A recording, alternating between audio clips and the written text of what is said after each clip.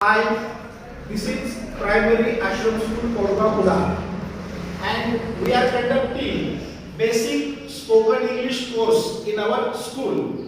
So I welcome you all in our basic spoken English course. Today is day 5th, means 5. Today is day 5th, and today we are going to learn a new structure, that is has, have. तर विद्यार्थी मित्रांनो, आज आपण has आणि हॅवचा वापर करून वाक्य कसे बनवायचे ते आपण पाहणार आहोत. तर याचं मीनिंग मराठीमध्ये हॅव आणि हॅजचं मीनिंग होतं ला असणे, च्या जवळ असणे. अर्थ काय होतो याचा? ला असणे, च्या जवळ असणे. म्हणजे आपल्याला काहीतरी सांगायचं की माझ्याकडे, मला म्हणायचं की माझ्याजवळ पेन आहे. I have a pen. काय म्हणेन मी? I have a pen. माझ्याजवळ पुस्तक आहे. I have a book.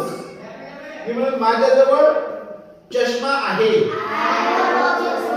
I have a spectacle किंवा I have glasses. मी म्हटलं माझ्याजवळ वही आहे. I have a book. मी म्हटलं माझ्याजवळ 100 रुपये आहेत. I have 100 rupees. माझ्याजवळ 100 रुपये आहेत. I have 100 rupees. मी म्हटलं मला अनेक मित्र आहेत. I have many friends. I have many friends. मी म्हटलं मला 2 भाऊ आहेत. I have 2 brothers. I have 2 brothers. आता मला म्हणायचे की मला एक बहीण आहे. I have a sister. I have a sister. मला म्हणायचे की मला आई वडील आहेत. I have a mother and a father किंवा I have parents. I have parents. आता मी म्हटलं की माझ्याजवळ 5 शेळ्या आहेत. I have 5 goats. किंवा मला 5 शेळ्या आहेत. I have 5 goats. मी म्हटलं मला 5 एकर शेती आहे. I have 5 acres land. मला 5 एकर शेती आहे. I have 5 acres land. समजलं का मग? आता पहा हॅवचा वापर आणि हॅजचा वापर. आता हॅजचा वापर कोणासोबत केला जातो?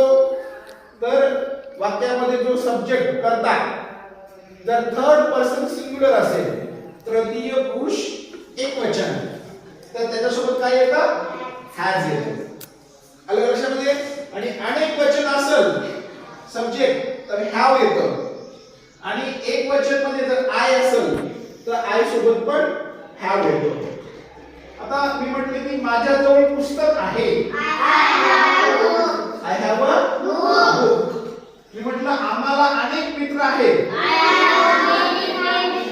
We have many friends. आम्हाला म्हणजे आम्ही, तर आम्हीसाठी we have many friends.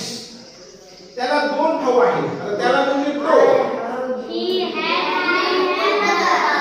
he has 2 brothers. त्याला 2 भाऊ आहेत. he has 2 brothers. तिला बहीण आहे. she has a sister. तिला म्हटलं की she has a sister. आता इट कोणासाठी घेऊ शकतो आपण? इट आपण एखाद्या निर्जीव वस्तूसाठी.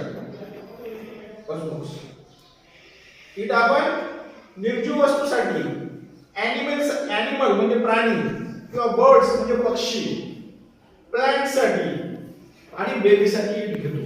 इथं आपण ट्री साठी घेतले. त्याला फांद्या आहेत. फांद्या झाडाला असतात. झाड प्लांट असल्यामुळे आपण सर्वनाम घेतलं इट. It has branches. त्याला फांद्या आहेत. It has branches. तुझ्याजवळ पैसे आहेत. You have money. आता तुझ्याजवळ तू म्हणजे you. You have money. आता त्यांना शाळा आहे. They have school. त्यांना म्हणजे अनेक जण आहेत. मुलं आहेत किंवा मुली आहेत. अनेक जण आहेत. They have school. आता रमेशला सायकल आहे. Ramesh has a bicycle. आता म्हटलं सीताला 2 डोळे आहेत. Sita has 2 eyes. समजलं का? मग आता हॅज आणि हॅवचा तो ला असणे च्या जवळ असणे. समजलं ना? माझ्याजवळ काहीतरी आहे असं सांगायचे. तुझ्याजवळ काहीतरी आहे, त्याच्याजवळ काहीतरी आहे, तिच्याजवळ काहीतरी आहे, तर त्यासाठी आपण हॅव किंवा हॅजचा वापर करत असतो. समजलं का? मग आता हॅव आणि हॅजचा वापर समजला असेल तर मग घरी काय करायचं? घरी गेल्याच्या नंतर होमवर्क मध्ये you have to write down 20 sentences. Understand? Which has have or has. Understand? तर तुम्हाला 20 वाक्ये जे इथं have आणि has ने आपण बनवले अशा प्रकारचे 20 वाक्ये घरी बनवून आणायची. Thank you very much.